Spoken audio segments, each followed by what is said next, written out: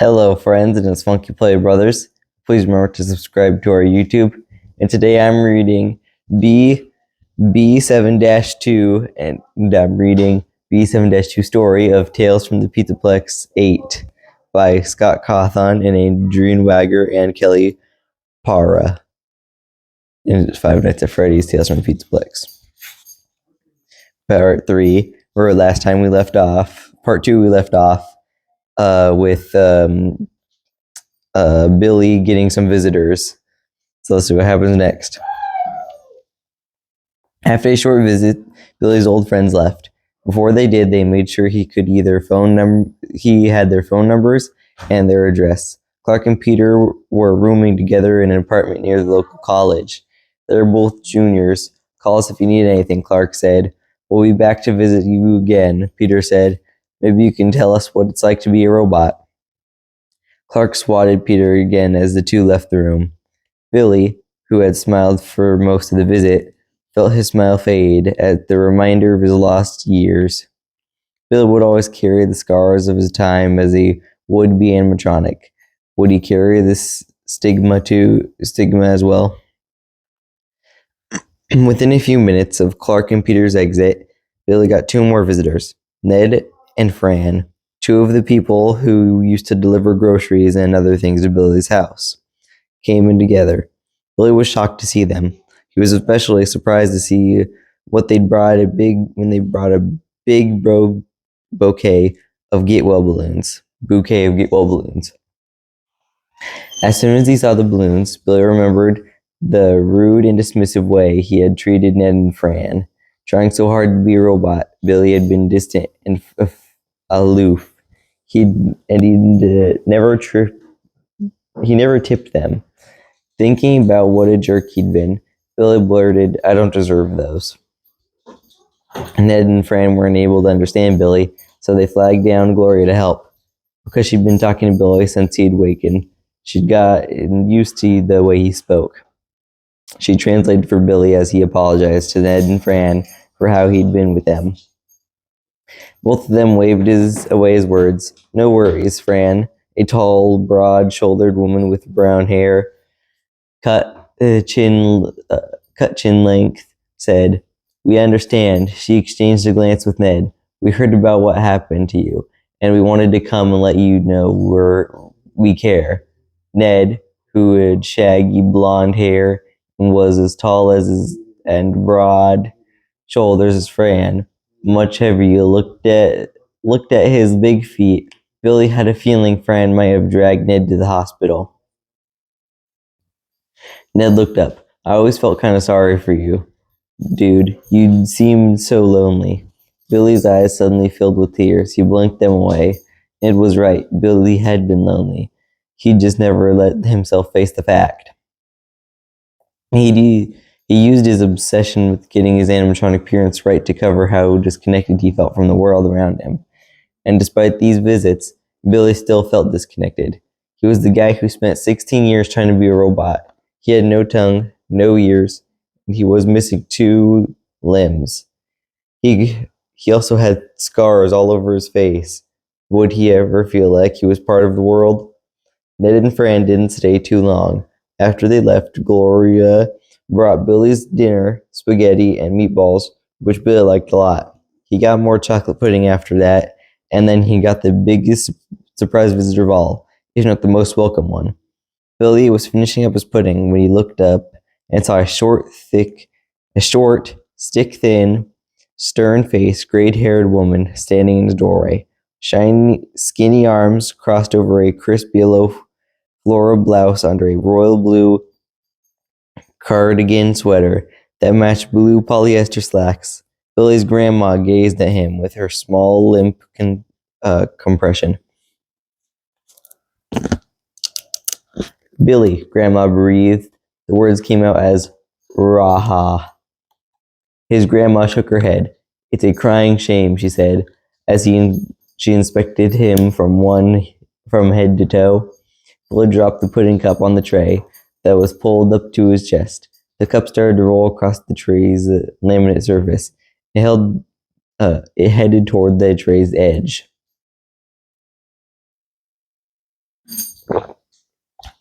Billy's grandma strode into the room and grabbed the pudding cup. An inch before it would have fallen to the floor. Righting the cup, she leaned over Billy and gave him a cool-lipped kiss on the forehead. The scent of vanilla and gardenias filled Billy's nostrils. He was immediately transported back to his childhood. Time for Sunday school, his grandma said, marching into the room and shaking her head at the toys scattered across the floor. Billy's dad followed Billy's grandma into Billy's room. He doesn't like Sunday school any more than I did, Ma, Billy's dad said. That's neither here nor there, Billy's grandma said. Sunday school isn't optional. Did you hear what I just said? Billy's grandma asked, extracting him from his memory. He'd said and sat herself in the brown chair, and she had her knees primly together. A square pink purse sat in her lap. Billy shook his head. Sorry, he said. No. I said, I'm glad you've come to your senses. His grandma shook her head. Maybe I should have insisted, but your mother. She shook her head again. Well, no matter. What's past is past. I'm here now. Billy wasn't sure that was a good thing. But for the next 20 minutes, he listened politely as his grandma told him about her retirement from her job as an administrative assistant. 7 years before, on her 75th birthday, I worked for as long as they'd let me, she said. I liked the work and thought I'd hate being idle, but I found I enjoy my peace and quiet. I keep myself busy reading, baking, painting, and putting in my garden. Billy wasn't sure what to say to the woman he remembered as a grumpy presence in his life. She was almost a stranger to him. Billy hadn't seen his grandma for over 15 years. Even though he had some of his dad's and Billy's own features, the round cheeks and small eyes, she felt like a stranger to him. At the end of the 20 minutes, Billy's grandma looked at her, watched and stood. Gazing down at Billy, she nodded once as if reaching a decision that she didn't share. We'll get to know each other, she said. You just concentrate on getting well. And then she left. Billy let a long, pent-up breath. His grandma made him nervous, but it didn't matter. Overall, it had been a good day. Billy couldn't believe he'd had so many visitors. When was the last time he'd seen this many people? Billy sat back and closed his eyes. He was worn out from the day's excitement, and he was struggling with a tangle of emotions. Although Billy's visitor had been a nice surprise, they'd unsettled him. Who was he now? He wasn't a robot anymore. But was he full Billy? He felt like he was missing parts of himself, and he didn't know how to find them. But even with his parts missing, Billy knew one thing. He was glad to be alive. Billy had learned that the hospitals weren't all conducive to a good night's sleep. Even though his own room was dark and the nurses left the door to his room open, and a sickly greenish light spilled in through the doorway. The hospital was quiet, but Billy wasn't left in peace to go to sleep. Every hour or two, a nurse, not Gloria, but a rotation of 3 women to nondescript that Billy wasn't sure he'd have been able to describe them if asked to do so, would come in to take the pulse or give him medication. On the 3rd night, though, no nurses came in to bother Billy. Or maybe he was just so tired after all his visitors that he hadn't noticed when they did. Billy fell asleep quickly, and when he woke up, the clock on the wall above the nurse's station read 2:24 a.m. He'd been asleep for over 5 hours. And why was he awake now? Billy shifted positions on the bed, turning onto his right side. As he moved, he heard his name being called. Billy froze. He lifted his head and peered out into the perky green light that filled the hall. No one was at the nurse's station. He heard no voices or footsteps. Where were all the nurses? Billy started to settle back down again. But then he heard his name again, faint and eerie, almost surreal. Billy, a voice called, drawing out each of the letters. The sound raised all the hairs on his body. He could feel prickles on every inch of his skin, even on the skin that was no longer there. It felt like his whole body had turned into a percussion pierced by thousands and thousands of needles. Billy shivered as the blood began pumping through his veins faster and faster and faster. Billy, the voice crooned again. Billy sat up. Billy didn't want to sit up. What he wanted to do was curl up in a ball and pull the covers over his head. His shivers were turning into quivers that were so violent that his teeth began to chatter. Billy sat up, but still Billy sat up. He also reached across his body with his right hand and lowered the rail on his left side of his bed, the way Angie had showed him. Billy's name was called again. He reached for the crutch that leaned against the foot of his bed and tucked it under his right arm. Billy stood, balancing his weight between the braced left leg, and the crutch. A draft from his open doorway reminded Billy that his hospital gown was flapping open in the back. He let go of the crutch and balancing himself between his one leg on the floor and his hip against the side of his bed. He reached down around with his right hand and overlapped his hospital gown, fumbly tight enough to keep the cool air out, and his bare backside in. Sweating with effort, Billy then gripped his crutch again. For several seconds, Billy held himself still, listening. Outside Billy's room, the hallway was unusually silent. The only thing Billy could hear was his own rapid breathing.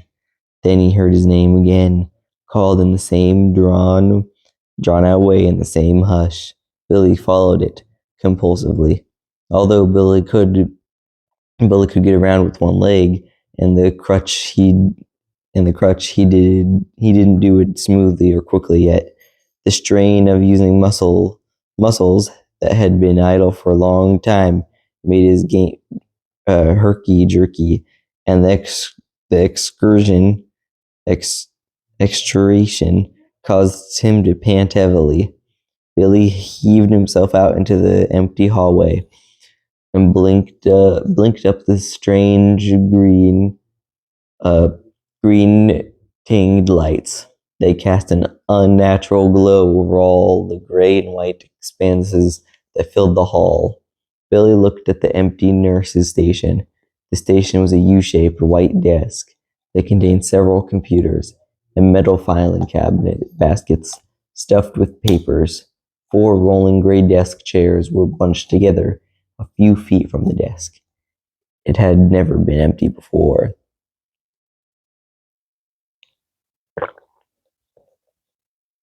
Billy turned away from the abandoned nurse's station and looked up and down the hall.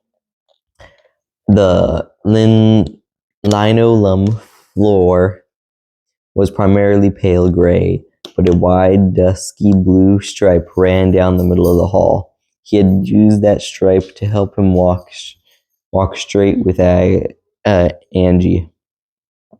Every time Billy had been out in the hall with Angie, it had been busy, filled with patients shuffling along with their IV stands, visitors carrying flowers or balloons, and nurses rushing from one room's wide door to the next. But now Billy saw no one. The hospital was unusually still. Now that he was out in the hallway, though, Billy realized he could hear something other than his breath. A rhythmic beeping, a whooshing sound came from a long way off, and so did the occasional scrape and thunk. And there was his name again. Billy. Billy cocked his head and tried to pinpoint where the sound was coming from. He looked down. He thought the origin of the voice was under him, maybe on one of the lower floors of the hospital. Billy looked along the length of the hall again.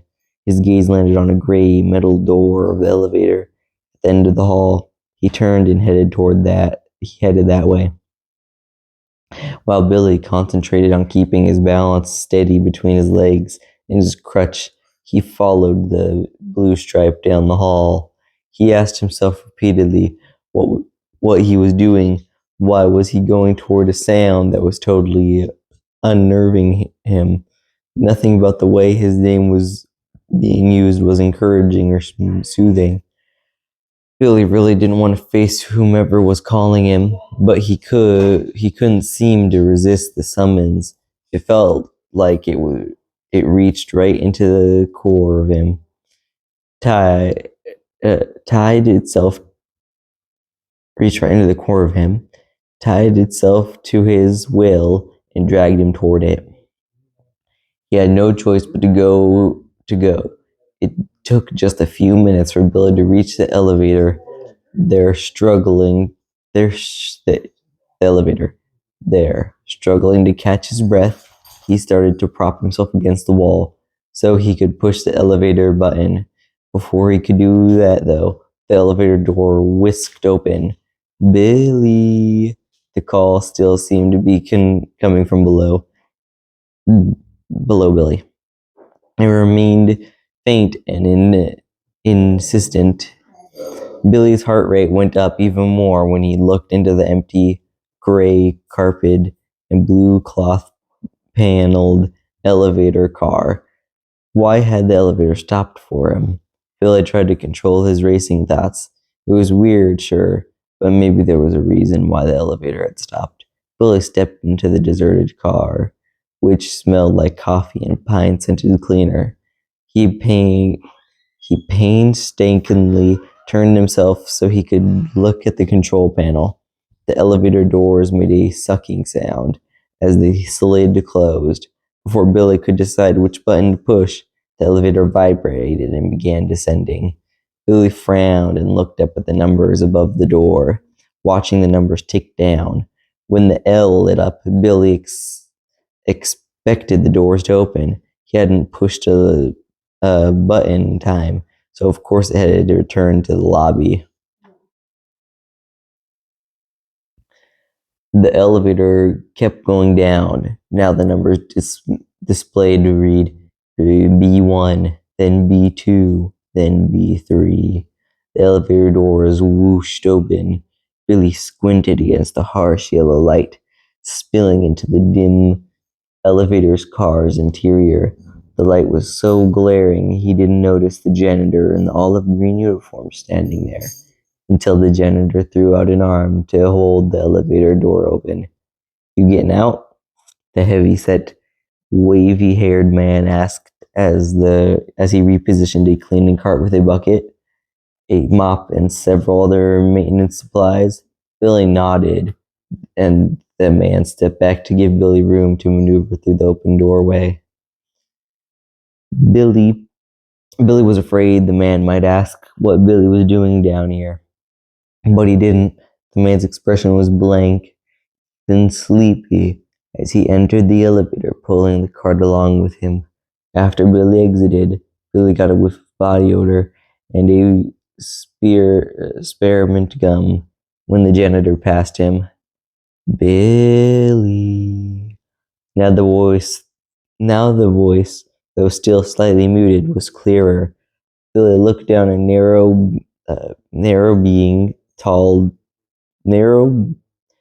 beige tiled hallway. Unlike the wide, clean hallway of the 7th floor, this one was confined and dingy. As Billy moved away from the elevator, the hall's overhead fluorescent lights dimmed. Many of them were flickering, and they all emitted a buzz that did nothing to mask the sound of Billy's name. When it was sung out again, Billy could now tell that whoever was calling him was at the end of the creepy hall. Billy could feel the pull of the voice even more strongly. He knew that it came from behind a closed brown metal door at the end of the hall. As soon as the door clicked closed behind Billy, he sucked in his breath and let in a small whine. Billy. Billy's gaze whipped toward one of the long cabinet doors on the back wall of the small room. Leaning on his crutch, he lifted his right hand and wiped sweat from his forehead. Then he re-gripped his crutch and took 3 steps forward. Stopping, he once again propped himself with the crutch, his hand trembling noticeably. He reached for the chrome handle on the cabinet door. Even as Billy grasped the cool metal, he could hear his own voice shouting at him in his head, not hampered by a missing tongue. Billy's inner voice sounded the way he had remembered he used to sound, and its message was crystal clear. No, don't open that. Billy knew why the wiser part of him wanted him to leave the cabinet door closed. He knew because he also now knew with terrifying clarity what waited for him behind that door. Maybe Billy had known all along. Maybe he'd known the second he'd first heard his name sung. What lay inside the long cabinet? A cabinet that looked, Billy now admitted to himself, not so much like a cabinet, but more like a morgue drawer. Was the other half of Billy, even though the drawer was closed, Billy felt like he could see into it. He could see the excised part of him. All the metal and plastic material that had added, still clinging to pieces of flesh and tissue, Dr. Herrera had to remove from Billy in order to get all the robotic components out. This animatronic creation, which he'd worked so hard to embrace, was crying out to him, begging Billy to reclaim it. Billy, however, didn't want to take back the pieces of the life he regretted living. He wanted to move on. He wanted to be Billy, the man, not B7, the robot. He didn't seem to matter what Billy wanted, though. His hand tugged the cabinet door open. Suddenly, a large hand clamped down over Billy's. The hand was hot and calloused and strong. What do you think you're doing in here? A rough voice demanded. Billy let go of the cabinet door handle, as if it had been suddenly superheated. He turned to look up into the narrow eyes of a large, dark-haired man with an imposing full beard. You're not supposed to be in here, the man said. Billy wanted to slug the man for stopping him. He also wanted to hug the man for stopping him. He did neither. He dropped his gaze to the man's dark blue uniform. A nameplate on the man's shirt pocket said he was Paul, Hospital Security. Come on, Paul said, studying Billy's hospital gown and lifting his gaze to give Billy's striped beanie a bemused look. You need to go back to your room. Billy wanted to argue, but more than that, he wanted to do exactly what Paul said. Billy nodded meekly and began to turn to follow Paul out of the little room. As Billy turned, his gaze landed on a narrow, dark gap between the long cabinet door and the cabinet's interior. Billy had managed to open the drawer a couple inches. It remained open as the guard ushered Billy out of the hallway.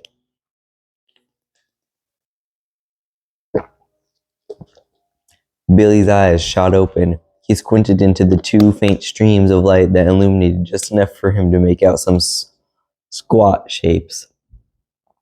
Billy clenched his fists and found his fingers curling around crisp, cool fabric. His hospital bedsheet. Billy exhaled. He was back in his room. One pool of light had slipped in through a seam in the door's shades. Another came from the hallway. It was just a sliver barely sneaking through the slender opening of his nearly closed door. Why was the door nearly closed? The nurses always left it wide open. Billy pressed his hand to his temple. His head was throbbing, so was his leg. His expedition to the basement had definitely been more ex, ex, excruciating than his body could handle. But he'd had to go. The animatronic had given him no choice. Billy shuddered. Was that why he'd woken up? Had something in a dream reminded him of nearly coming face to face with the part of himself that he was happy to be rid of? Had the voice returned? How much time had passed since he'd been in the basement? It could have been more than an hour, not based on the darkness of his room, and his body still ached like he hadn't had time to rest. Billy started to roll over and pull his covers up over his shoulders. He wanted to forget the trip to that little room with the long metal drawers. He wanted to click. Billy froze. The clicking sound had come from within the room. It had reached out of the darkness, stretching towards Billy from a place not nearly far enough away. And it was coming even closer. Click, clickety click, click, click, click. Under the clicking, Billy could hear a slippery squelch. The sound was sweat and sinister. It sounded like something hard and unyielding was oozing through something sodden. Click, swish, clickety, click, squish, click, click, click. Steeling himself, Billy shifted his weight and raised his head. He peered over his bed's railing and looked in the direction of the sounds. Billy gasped. In the pale shaft of light coming from his slightly open door, he could see a dark, smeared trail. The trail was made up of two substances, one shiny and dark red, another vicious and black. Billy breathed in sharply, and his nostrils told him that what he was looking at. He took the rotting stench of human flesh and the bitter smell of motor oil. Billy knew exactly what was slithering his way. Maybe he'd known since he heard the first click. He opened his mouth and screamed. Scrabbling for his bed rail, Billy threw his leg off the bed as soon as the metal bars were out of the way. He grabbed his crutch, and the second foot touched the floor, and he launched himself from his bed a half second after that. Billy continued to scream as he flared towards his door. Behind him, the clicking sped up. The slippery sounds got louder. Billy smacked the door open with his crutch and surged into the hallway, bellowing at the top of his lungs. He saw with relief that a nurse was now at the nurse's station, but he didn't stop for help. Billy knew he couldn't explain his terror quickly enough, and he couldn't risk the animatronic finding him. He hobbled down the hall as fast as he could go. Billy didn't make it far. As he reached the corner of the hallway, about 20 feet from his door, a security guard, a different one than the one who had found Billy in the little basement room, this one was shorter and balding, suddenly loomed in front of Billy. "What's all the racket?" the guard asked. Billy didn't answer him. He just attempted to keep going. He wanted to get as far away from the thing in his room as possible. The guard, however, wouldn't let Billy flee any further. He wrapped a thick arm around Billy's waist, and then Billy started trying to use his crutch to whack the guard's leg. The guard knocked the crutch from Billy's grasp and called out, "A little help here?" Weak from his time in bed, Billy was no match for the guard's strength. Even though he withered in the guard's grasp, the guard easily lifted Billy off the ground. Being picked up, fired all Billy's flight or fight systems. He shrieked even louder, and he twisted and crunched. His panic robbed Billy of any ability to focus on his surroundings. All he could see were moving flashes of color, and all he could hear were his own caterwauls.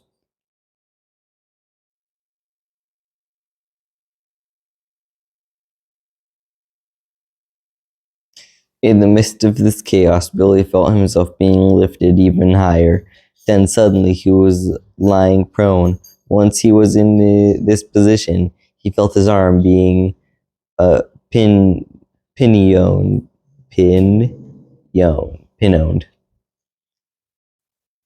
And we'll stop there for today. Tune in next time for part 4, where we find out what happens to Billy next in B7-2, and we'll see if this thing gets him or not. So, friends, thanks for listening. Like, comment, subscribe, hit the notification bell. Follow us on Twitter at the Funky Play Bros. Follow us on Instagram and TikTok at the Funky Play Brothers. Support our vlog at cashapp at the $ Funky Play Brothers so we can have more unboxings, more taste tests, more adventures, more monies, and for support. Thank you for watching. Bye.